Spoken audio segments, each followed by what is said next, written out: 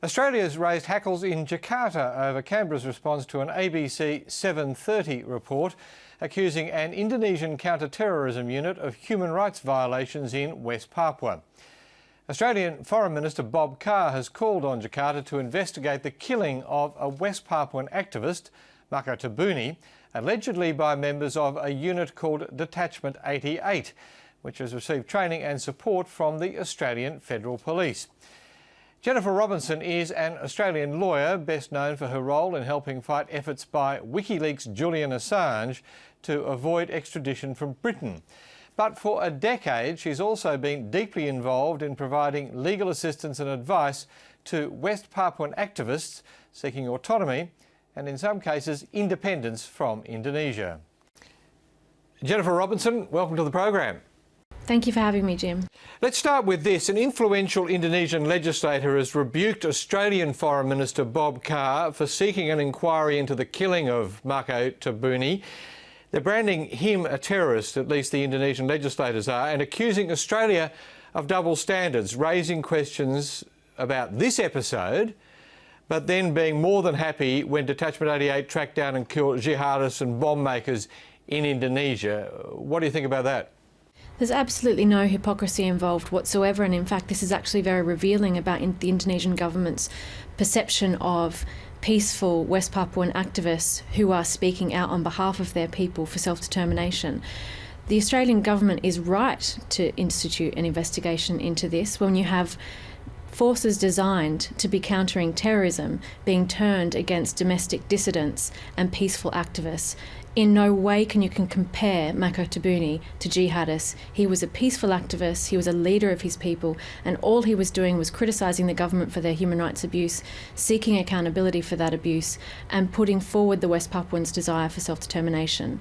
This is not a crime, not in any democratic state, and it's certainly not terrorism. Isn't this the problem for Australia, though? It wants to help Indonesia combat Muslim extremism, and then it turns out that the people they're training, Detachment 88, are also using what they've learned from Australia in West Papua? It is a difficult problem, and one that can be combated, I think, by imposing certain human rights conditionality in the military aid that we provide. If Indonesia is unable to assure our government that the assistance we provide does not contribute to human rights abuses, then we shouldn't be providing it at all.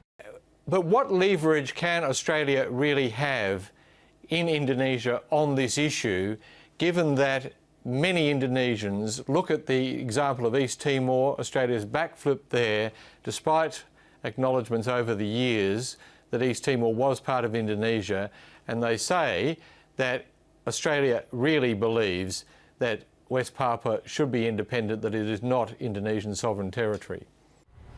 Australia is a leader in the Asia-Pacific region, and it is up to Australia, in my view, to take a principled human rights leadership in the region, particularly when we are lobbying for a position on the UN Security Council on the basis of our supposed human rights-based foreign policy.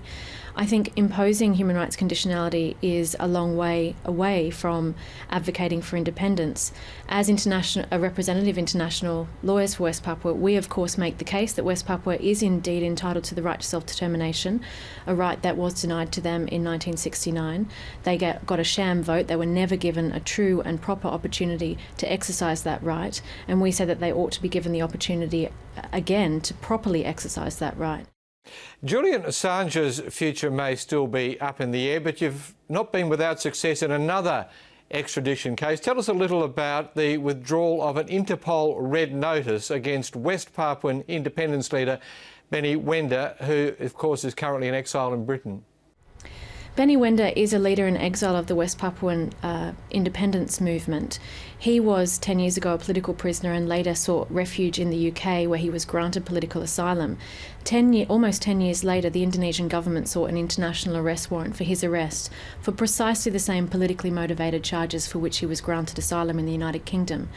10 years ago, I worked on his case when he was a political prisoner in Indonesia, and I provided the witness statement that supported his asylum application in the UK. So it was of great concern to me that a refugee living abroad could still be persecuted by their home state. through the use of the Interpol arrest warrant system. And as it turns out, it's a very common occurrence.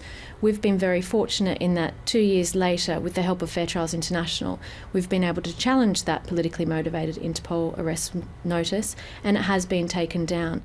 And what was it that you learned at the original trial, I think in Jakarta, which enabled the case to be brought, which subsequently led to Interpol withdrawing the red notice?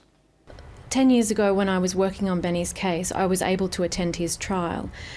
During the course of that trial, the prosecution was unable to adduce any reliable evidence that placed Benny at the times and at the places where they alleged he had been to commit various criminal offences.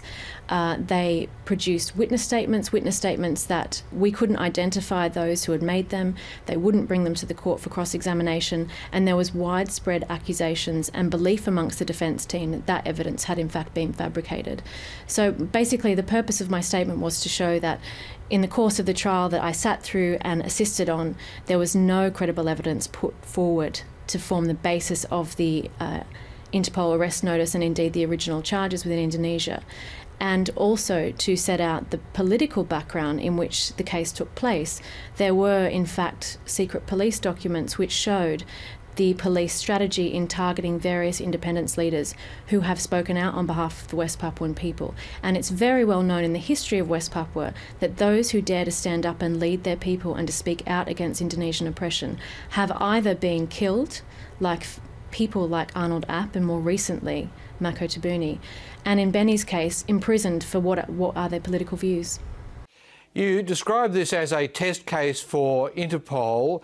Interpol concluded in withdrawing the red notice that the case had been predominantly political.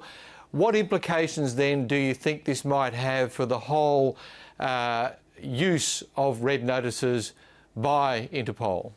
Fair Trials International has used Benny's case with our help to become a test case and to be the first case of a longer campaign in seeking to have the Interpol notices internationally that have been sought for dissidents around the world taken down. So his is hopefully the first of many, but it raises fundamental questions about Interpol and the international oversight.